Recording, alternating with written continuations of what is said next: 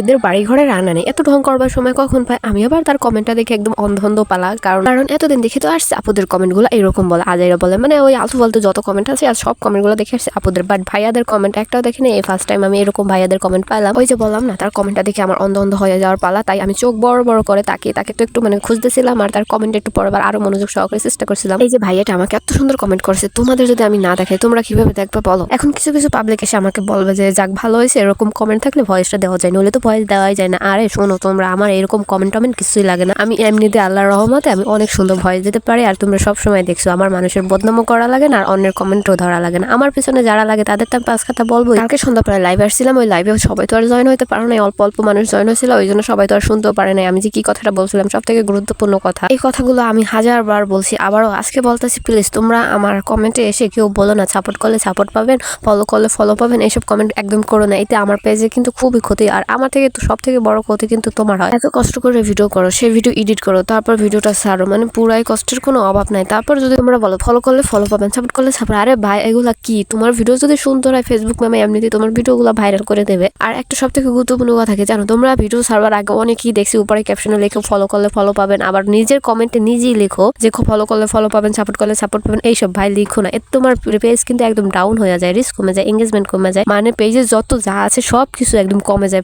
দীর্ঘদিন শেষে লাল বাতি উঠে যায়, তখন যায় তোমার মনটা খারাপ হয়। এইসব জিনিস আর কমেন্টে বললো না কারোর প্লিজ। আর আমি সবসময় চাই তোমরা সবসময় এগিয়ে যাও, কেউ কারোর পিছনে পড়ে না থাকো, এটাই আর কি সবসময় আমার কামনা। এই জন্য যতটুকু পারি তোমাদেরকে হেল্প করবার চেষ্টা করি। আর আমি যে কথাগুলো বলি, তোমরা যদি একদিন ভুল প্রমাণ করতে পারো, তবে আমি আর দ্বিতীয় দিন তোমাদের এইসব কথা কখনোই বলবো না। আর এইদিকে কি একটা অদ্ভুত কাণ্ড দেখো, মানে মাংসটা আমি ভাজতে নিয়েছিলাম, তখন তৈল সীমিত পরিমাণে দিয়েছিলাম, আর এইদিকে এখন দেখি এত পরিমাণ তৈল হয়ে গেছে। আমি তো একটু ভাবছিলাম কড়াইয়ের ভিতর তৈলটা দিয়ে মাংসটা বসাই দেবো, কিন্তু না, যদি তৈলটা দিতে চাই না, নিচে যে কালি, সব কালি একদম কড়াইয়ের ভিতর পড়ে যাবে। যেটা মানুষ না করতে পারে সেটা কিন্তু বৃষ্টি করে দেখাই দিছে আজকে আমাকে। 2-3 দিন যাবত মানুষ তো আমাকে অনেক কথা বলছে, বাইরে বসে রান্না করে, বাইরে বসে রান্না করে। আরে সেমরি, বাইরে বসে রান্না করো, বাসায় গিয়ে রান্না কর। বিবাহ হয় না ছেলে পক্ষের কেউ যদি দেখতে আসে, তুই যদি এখন এরকম ছোটবেলার মতন থালা বাসন মানে ভান্ডার নিয়ে খেলা করো, তাহলে কিন্তু বিবাহ আর হইবে না। এইসব নানান কথা, আরো কত কি কথা বলে।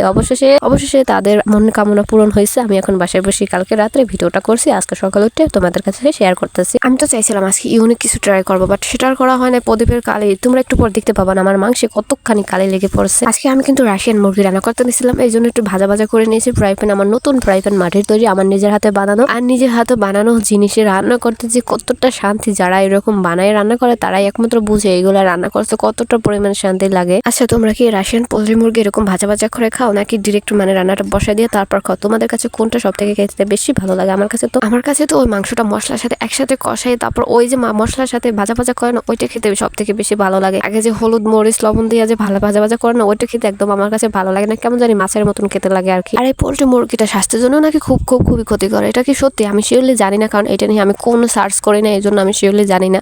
তোমরা যদি জেনে থাকো অবশ্যই কমেন্টে বলে যাবা, তোমাদের কমেন্টের আমি অপেক্ষায় থাকবো। যে আমি সব মশলা কষাইলাম, মানে পেঁয়াজ, হলুদ, মরিচ, লবণ, আদা, রসুন, জানের গরম মশলা, যত যা মশলা আছে সব মশলা কষানো হয়ে গেছে না। এখন যে কাছে মাংসটা বসিয়ে দিয়ে সুন্দর করে কষায় না, মানে পানি ছাড়াই যে কষাই রান্না করে উঠায় না, এমনিতে তো এই মাংসে প্রচুর পরিমাণ পানি থাকে। ওই রান্নাটা আমার কাছে খেতে এত মজা লাগে, কি বলবে। ভাজা মাংস রান্না করে ওইটা রান্না করা আমার একদমই ভালো লাগে না। আর ভয়েস দিতে আসলে আশেপাশে যদি এত পরিমাণ নয়েজ থাকে, ভাই ওই ভয়েসটা কিভাবে সুন্দর হয় তোমরাই বলো। আমার মেজাজটা পুরো মুরগিগুলো খারাপ করে ফেলে। প্রতিদিন ভয়েস দিতে আসে ওরা, প্রতিদিন আমার কাছে এসে ডাকাটাকে চিল্লাচিল্লি, তারপর আসে পিচ্ছি পোলাপান, মেজাজটা পুরো খারাপ করে ফেলে। আর এমনিতে আমি আগের থেকে একটু পরিমাণ মোটা হয়ে গেছি, এই জন্য চিন্তা করলাম মোটা চালের ভাত আর খাওয়া যাবে না, এখন থেকে চিকন চালের ভাত খাওয়া লাগবে, যে চালটা খেলে আর কি মোটা হওয়া যায় না। আজকে আমি যে চালের ভাতটা রান্না করছি এটা হচ্ছে ইরি চাল বা দিশেরি চাল, মানে দিশেরি চাল ইরি চাল দুইটা ভিন্ন চাল, কিন্তু আমার কাছে দুইটা চালই সেম মনে হয়। ভাত রান্না করলে মজা লাগে না, কারণ ভাত ছাড়া জোড়া ছাড়া দিয়ে যায়, খুবই বিরক্তিকর এই চাল দুটি। আমি ইরি চালের ভাতটা রান্না করলাম, তবে এই ভাতটা শহরের মানুষ অঞ্চল খেতে সব থেকে বেশি পছন্দ করে, আর গ্রামের মানুষ মোটা চাল খেতে অভ্যস্ত, কারণ মোটা